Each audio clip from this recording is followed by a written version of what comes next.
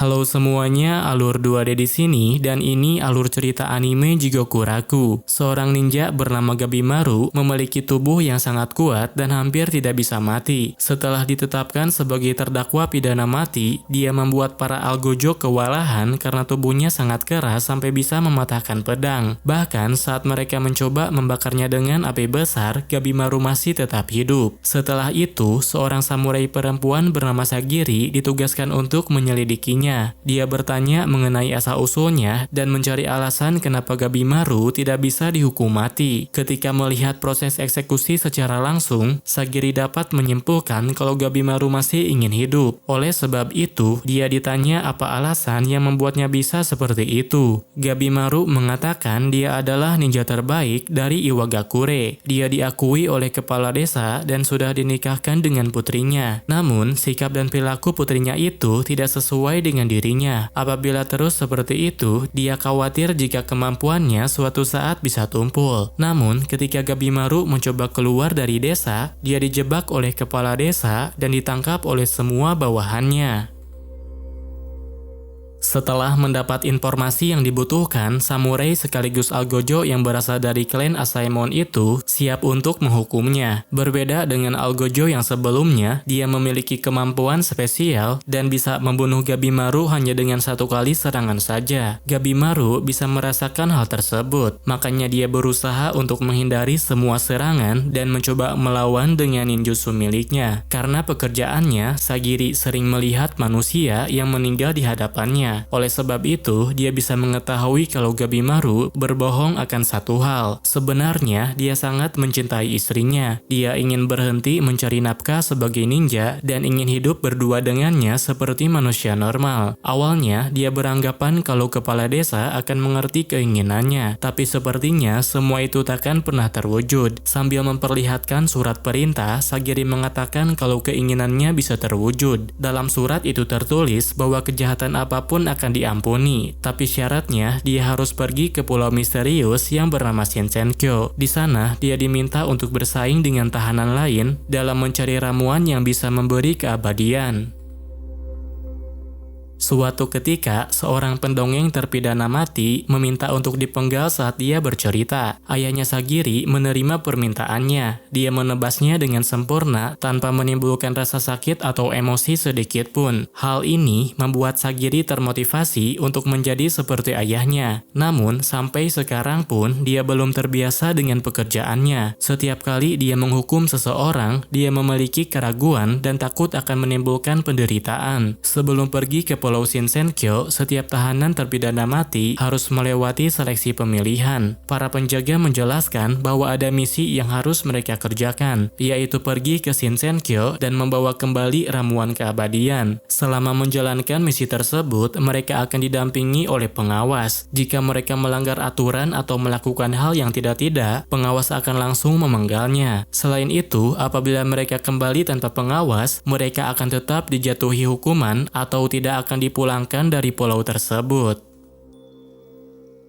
Dikarenakan kapasitas kapal dan jumlah klan Asaemon terbatas, mereka diperintahkan untuk mengurangi jumlah dengan cara saling membunuh. Gabimaru memprotes perintah tersebut. Di saat yang lainnya saling menyerang, dia meminta kepada Shogun untuk memakai cara yang lain. Namun, mereka tidak mendengarkannya. Seseorang malah diperintahkan untuk membunuhnya agar diloloskan dari seleksi tersebut. Gabimaru tidak ingin membunuh siapapun, tapi demi bertahan hidup, dia terpaksa harus membunuh semua orang yang berani menantangnya. Meskipun tangannya masih terikat, Gabimaru bisa menyerang semua lawannya dengan cara yang brutal. Dia membuat para penjaga ketakutan karena kemampuannya berada di tingkat yang berbeda. Sementara Sagiri memahami perasaannya. Setelah melihat pertarungan tersebut, dia sadar kalau yang dibutuhkan olehnya bukanlah berani menghadapi rasa takut, tapi tekad untuk memikul beban dari nyawa orang yang sudah direnggut olehnya.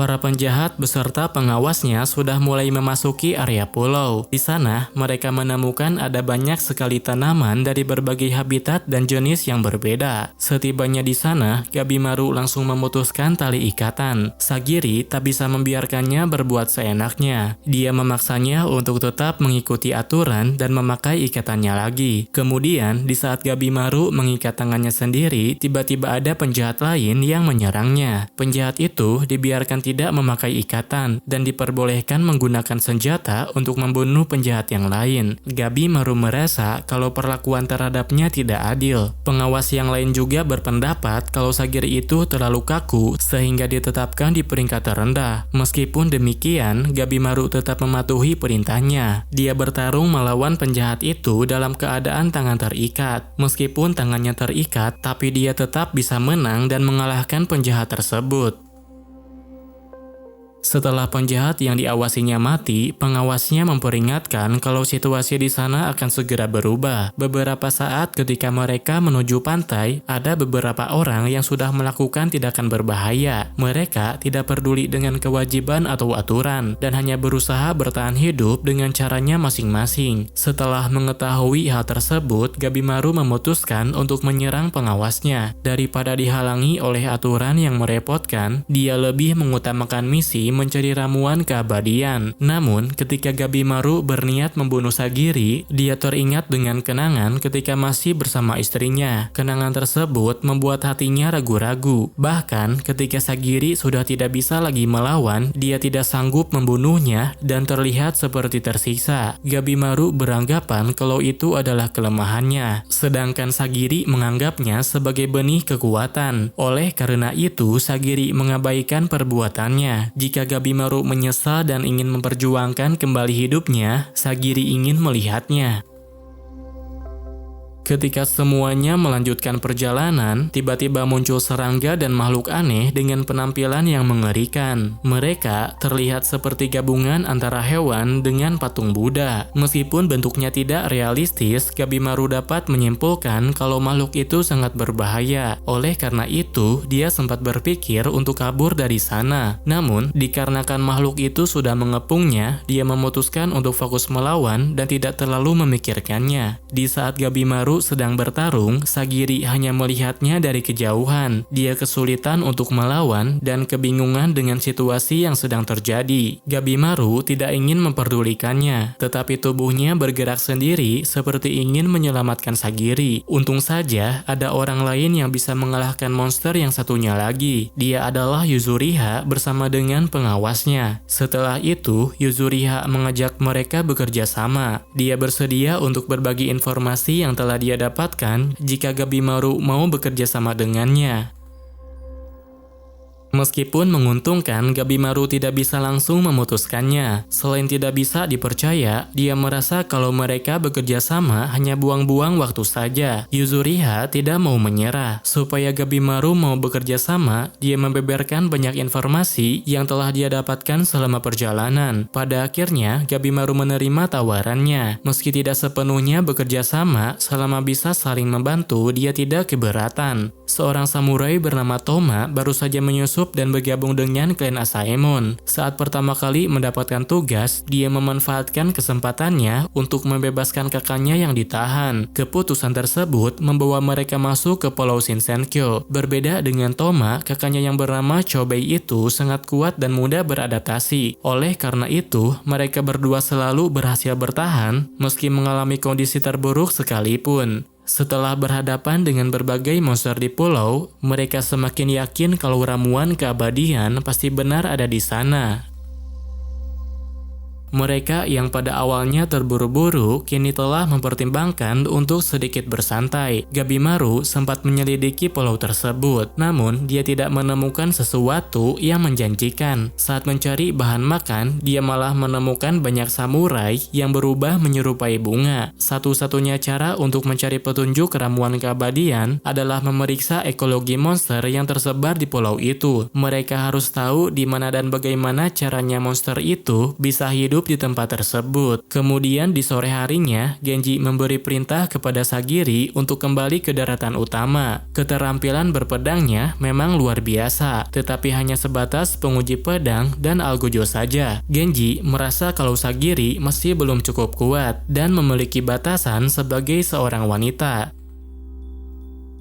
Pada saat yang sama, samurai bernama Tenza dan tahanan bernama Narugai berusaha kabur dari pulau itu. Dikarenakan tempat itu dipenuhi oleh monster, maka mustahil bisa keluar dari pulau itu meski memakai perahu besar sekalipun. Jumlah kapal yang kandas tak hanya berasal dari tahun itu saja. Kebanyakan kapal tersebut dikirim dari beberapa tahun yang lalu. Meskipun sudah ada banyak samurai yang menjadi korban, Tenza dan Narugai memilih untuk terus berjuang. Sebagai samurai sejati, Tenza bertekad untuk menyelamatkan Narugai karena dia bukan orang jahat seperti yang lainnya. Dia hanya korban samurai yang mencoba memusnahkan klannya. Setelah berusaha sekuat tenaga, mereka berhasil menemukan perahu untuk melarikan diri dari monster. Tetapi pada akhirnya, mereka malah kembali ke pulau itu lagi. Di malam harinya, Sagiri sempat berbicara dengan Gabimaru. Berbeda dengan Genji, Gabimaru menganggap Sagiri sebagai sosok yang kuat. Entah hati atau naluri yang mempengaruhinya, tapi saat di penjara, Gabimaru merasa kalau Sagiri lebih kuat darinya. Perkataan tersebut membuat Sagiri memutuskan takkan pulang meskipun senior Genji memaksanya. Ketika Genji sedang menasehati Sagiri, dia diserang oleh penjahat bertubuh raksasa yang bernama Rokurota. Serangan itu membuatnya langsung terpental dan mengalami pendarahan hebat. Gabimaru segera menghadapinya, sedangkan Sagiri mencari cara untuk menghentikan pendarahan Genji. Selain bertubuh besar, kekuatan fisik Rokurota juga melampaui kekuatannya Gabimaru. Oleh karena itu, dia minta bantuan kepada Yuzuriha karena tak bisa menghadapinya sendirian. Meskipun sama-sama ninja, Yuzuriha tidak berani melawannya. Dia malah membuat Gabimaru bertarung sendirian sambil menonton pertarungannya dengan santai. Untuk menghadapi raksasa seperti itu, Gabimaru mengeluarkan berbagai jurus yang dia kuasai. Tapi semua serangan yang dia kerahkan tidak ada yang mempan. Selain itu, bertarung dari jarak dekat sangat berbahaya. Jika serangan Rokurota mengenainya, dia merasa tidak mungkin bisa selamat. Di sisi lain, Genji menyerahkan pedang kepada Sagiri. Setelah melihat tekad dan keinginannya, dia takkan menyuruh Sagiri untuk lari lagi. Ketika Gabimaru hampir terkena pukulan, Sagiri segera membantunya. Meskipun tubuhnya keras dan sangat sulit untuk ditebas, tapi jika menyerang di antara celah tulang, Rokurota masih bisa dikalahkan. Oleh karena itu, mereka bekerja sama menyerang kakinya untuk menundukkan kepala Rokurota. Tapi cara itu tidak berhasil dan malah membuatnya mengamuk. Ketika Rokurota mengamuk, Gabimaru terkena serangan yang cukup fatal. Serangan tersebut membuatnya tidak bisa bergerak untuk menghindari serangannya lagi. Sagiri belum berpengalaman di medan perang, tapi saat keraguan di dalam dirinya sudah hilang, kemampuan berpedangnya bisa melampaui para ahli pedang. Namun, meski ilmu pedangnya bisa mengimbangi Rokurota, tapi dia belum menemukan celah untuk menebas kepalanya. Kemudian, Gabimaru menemukan cara ekstrim untuk melawannya. Dia menggunakan jurus api ke segala arah supaya hutan terbakar dan membuat lawannya keracunan asap. Dengan begitu, maka Rokurota tidak bisa berdiri sehingga Sagiri bisa menebasnya secara akurat. Toma dan Chobei bertemu dengan dua cewek cantik yang sedang bersantai di tengah hutan. Meskipun terlihat cantik, tapi salah satu dari mereka ada yang bisa berubah menjadi pria. Ketika para monster pergi ke tempat kebakaran, Gabimaru dan yang lainnya segera pergi ke arah monster itu. Di sana, mereka menemukan desa kosong dan bertemu dengan anak kecil. Gabimaru dan Sagiri langsung mengejar anak kecil tersebut, sedangkan Yuzuriha melawan makhluk tumbuhan yang melindunginya. Meskipun tubuhnya kecil, tapi anak itu punya kekuatan fisik yang berbeda dengan manusia biasa. Tapi ketika Gabimaru memojokkannya, anak itu malah menangis seperti anak manusia biasa. Makhluk yang menjaga anak tersebut memohon pada mereka untuk melepaskannya. Sebagai gantinya, dia akan mengantar mereka ke desa dan juga memberi informasi tentang ramuan keabadian. Gabimaru dan yang lainnya tidak bisa mempercayai perkataannya. Tapi setelah diberitahu kalau di sana ada pemandian, Yuzuriha malah bersemangat datang ke desanya. Selain menyediakan pemandian, makhluk tumbuhan itu juga memberi mereka minum serta buah-buahan. Di saat yang lainnya fokus makan, Gabimaru tidak tertarik dan memilih untuk mendengar informasi tentang ramuan keabadian. Bagi penghuni tempat itu, Shinsenkyo adalah tempat tinggal dewa. Pantai dan hutan adalah bagian terluar. Desa terletak di bagian tengah. Sedangkan bagian pusat yang terletak di dalam kabut merupakan tempat di mana Tan atau ramuan keabadian itu berada. Namun, tempat itu dijaga oleh makhluk abadi yang bernama Tensen. Sosoknya sangat indah dan sempurna, tapi kekuatannya berada di level yang berbeda. Semua orang yang mendarat ke pulau itu pasti akan dihukum olehnya, dan bagi mereka yang telah menerima hukuman, akan berubah menjadi bunga dan menjadi sumber terciptanya Tan. Setelah mendengar cerita tersebut, Gabimaru pergi ke pemandian untuk membasuh semua lukanya. Bersama dengan Sagiri, mereka juga menemani Mei dan mengajarkannya cara yang benar menggunakan peralatan di pemandian. Sejak awal, Tenza merupakan anak jalanan yang mengandalkan hasil mencuri untuk hidup. Kemudian, kehidupannya jadi berubah drastis setelah samurai bernama Shion mengangkat dia sebagai muridnya. Di masa sekarang, Tenza dan Narugai sedang berusaha mati-matian menghindari musuh yang sangat kuat. Selain kuat, musuh itu juga punya keabadian yang membuatnya tidak bisa mati. Dengan menyerang leher dan kakinya, mereka punya banyak waktu untuk kabur. Tenza juga bisa bertemu dengan Shion atau samurai yang selama ini melatihnya. Dikarenakan tugasnya sudah selesai, tadinya Shion berencana untuk pulang, tapi dia tidak menemukan arus yang bisa membawanya pergi dari pulau itu. Dengan bekerja sama, mungkin saja mereka bisa melaluinya. Tapi sebelum itu, Shion meminta Tenza memberi penjelasan kenapa dia melindungi kriminal. Tergantung alasannya, Shion mengatakan dia bisa langsung mengeksekusinya. Shion menjelaskan kalau Narugai tidak melakukan kejahatan. Alasan kenapa dia ingin membantunya karena dia merasakan keunggulan dan potensi sama seperti yang Shion rasakan kepada dirinya. Setelah itu, mereka mencari cara untuk menghindari musuh dan mencari cara mengatasinya. Tidak lama kemudian, musuh yang barusan menyerang Tenza sudah pulih dan menemukan mereka bertiga. Shion berhasil menyelamatkan nyawa muridnya, tapi dia tak bisa melakukan serangan balasan karena lehernya sudah terkena serangan. Pada saat itu, hanya Tenza saja yang bisa menghadapinya. Namun, kekuatannya masih belum cukup untuk mengalahkan musuh abadi seperti itu. Pada akhirnya, dia memutuskan untuk mempertaruhkan nyawanya sendiri, supaya Shion dan Narugai punya kesempatan melarikan diri.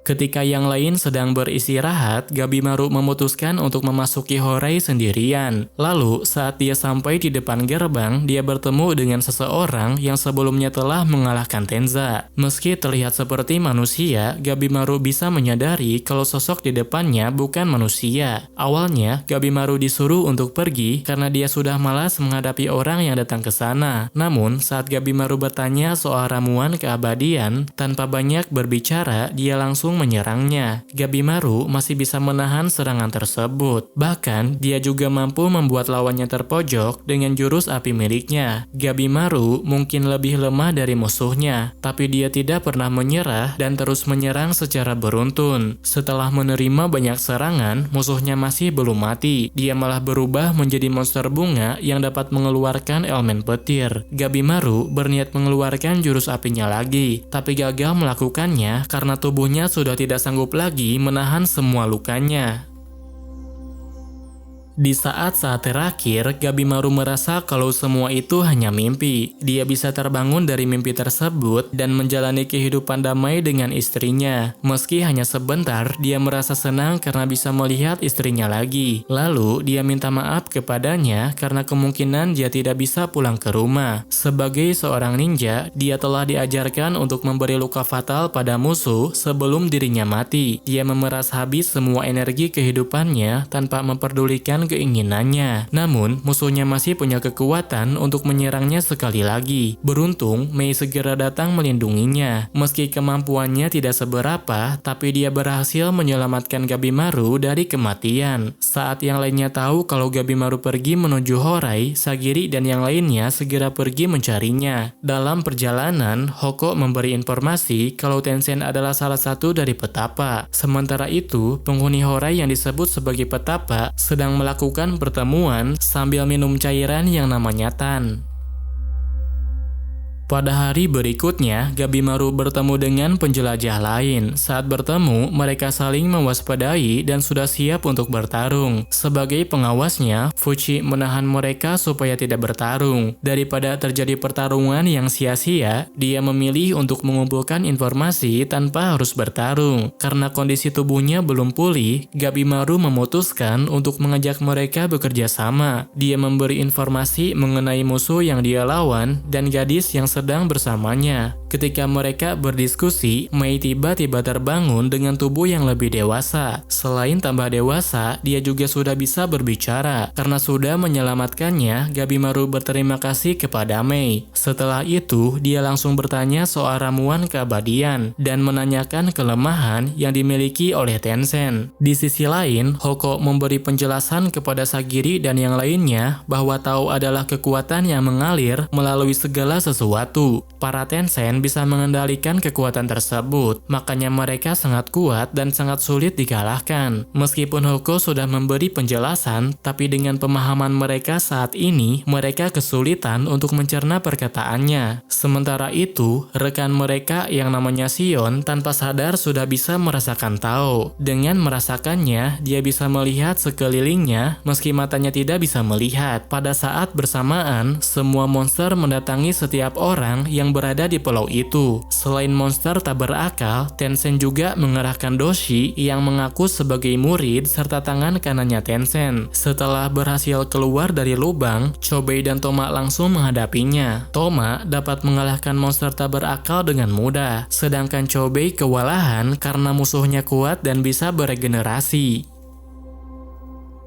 Ketika kondisinya sedang terancam, Tobei tiba-tiba bisa merasakan Tao secara alami. Selain merasakannya, dia juga bisa memakai Tao yang menyelimuti seluruh tubuhnya. Di saat Tao di dalam tubuhnya sudah meningkat, setiap serangan yang dikeluarkan jadi sangat mematikan. Meskipun lawannya bisa beregenerasi, tapi dia mampu menembusnya dengan sangat mudah. Di lain tempat, Gabimaru dan Gentetsusai masih berhadapan dengan monster. Sambil bertarung, mereka belajar memahami Tao dari sedikit penjelasan Mei. Tidak lama setelah itu, salah satu Doshi yang dikirim oleh Tencent langsung datang menemui Mei. Setelah berabad-abad keberadaannya tidak diketahui, Mei diminta untuk kembali ke Horai karena mereka sangat membutuhkannya. Sebenarnya, Mei memiliki asal-usul yang sama dengan Tencent. Baginya, manusia adalah nutrisi untuk terus hidup. Walau begitu, Gabimaru tidak terlalu memperdulikannya. Melihat Mei tidak ingin ikut bersama mereka,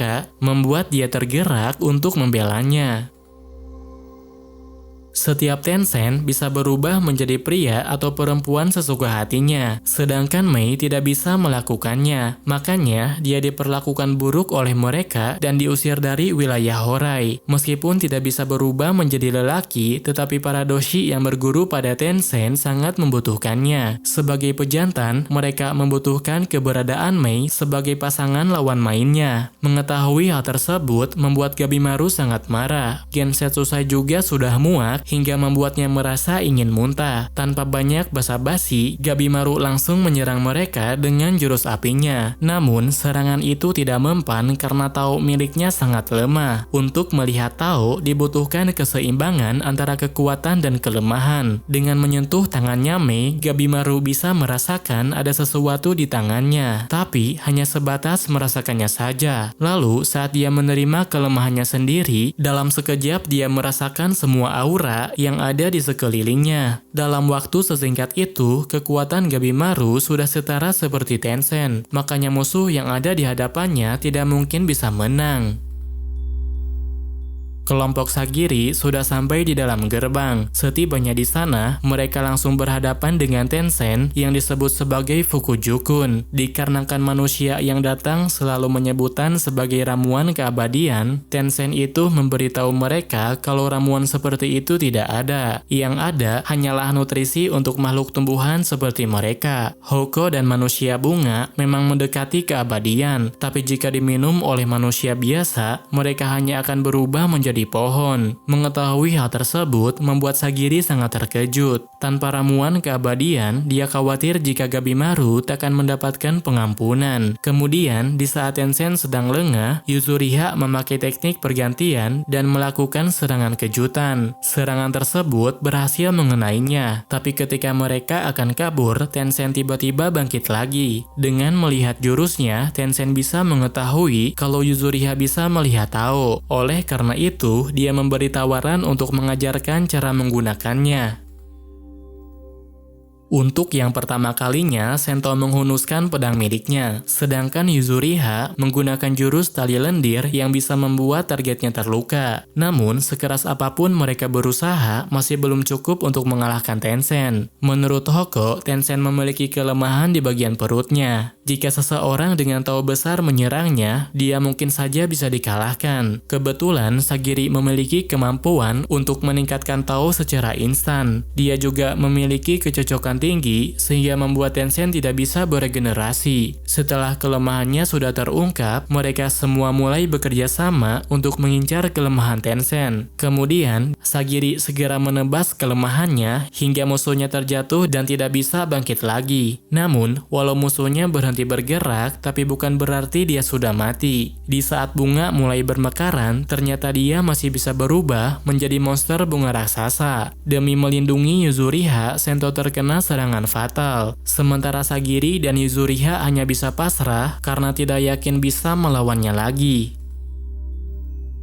Saat monster bunga hampir menyerang, Xion segera datang ke sana untuk menyelamatkan mereka berdua. Sepanjang perjalanan, dia telah melakukan berbagai percobaan terhadap aura yang dikeluarkan oleh musuhnya. Dia juga sudah memiliki cara yang ampuh untuk menghadapi makhluk abadi seperti itu. Dengan mengendalikan aura dalam dirinya, maka setiap serangan yang dilakukan olehnya bisa melemahkan Tao milik musuhnya. Dengan demikian, maka kemampuan regenerasinya bisa melambat dan dia memiliki banyak kesempatan untuk menyerang titik lemahnya. Berkat arahan dari Senta, mereka berhasil membunuh monster tersebut. Namun, dikarenakan kondisi lukanya terlalu parah, Senta tidak bisa bertahan lebih lama lagi. Walau begitu, dia tidak punya penyesalan. Dia terlihat begitu bahagia saat bersandar di lengan orang yang sangat dia kagumi. Setelah urusannya sudah selesai, mereka memutuskan untuk segera menjauh dari tempat itu dan memilih untuk beristirahat di tempat yang lebih aman.